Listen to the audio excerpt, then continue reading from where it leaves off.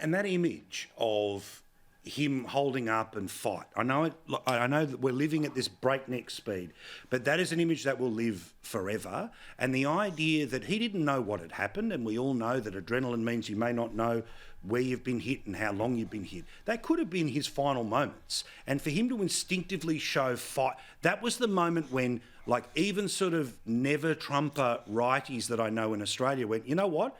That's literal courage under fire, and now I'm all in. Yeah, I mean, you can never tell how any of us would react. You know, we've been drafted into the army, we're told to go over the top. Whatever it may be, you never know how anyone's going to react until they're actually there.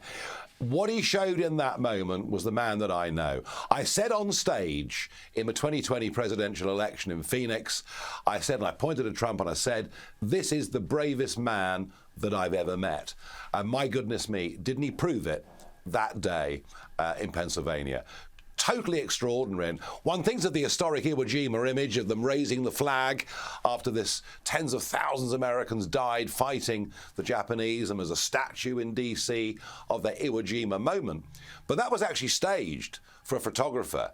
Trump doing that and saying fight, that was him. It tells you who he is. He may not be perfect, but my goodness me, he's got the courage of a lion. And right now, with the threats we face, be it from Russia or China, or perhaps the most serious of all, Iran, what the Western world needs is a strong, brave leader. Peace only comes through strength, not weakness. So how does he take on Harris? Because Harris is in this media bubble where she's not going to be asked a tough question. There will be the debate.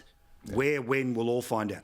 How does he take her on when the media won't even let his attacks begin? Yeah, I mean, look, you know, she's now the darling of the media. That was entirely predictable. Corporate money is flowing in. Again, what would you expect? Mainstream media not giving Trump, an even break. Well, hey, what's changed? Yeah. I mean, it was the same way against Hillary. Nothing's really changed at all. We're just back to normal, really, because ultimately Biden had to go. And I mean, frankly, shame on Kamala Harris and others for lying to the American people by saying that their president was competent and up to the job when very clearly he hadn't been for a considerable period of time. It's a funny thing, you know, if you're a strong alpha male figure, if you're seen to too overtly attack a woman, it just doesn't look or feel right. So the Trump campaign need to think about how they do that. However, they will be helped because every single potential banana skin that's on the floor between now and November the 5th, don't worry, Harris will tread on it. She is a very, very poor candidate.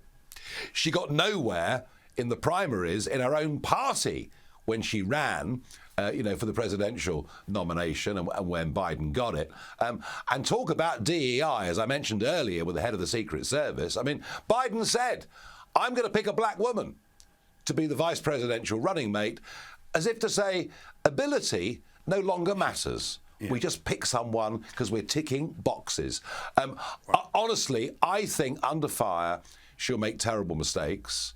We'll hear that sort of hyena-like nervous laugh that she does. I don't think this is difficult. And, even if the lovies on the coasts think she's wonderful, remember this.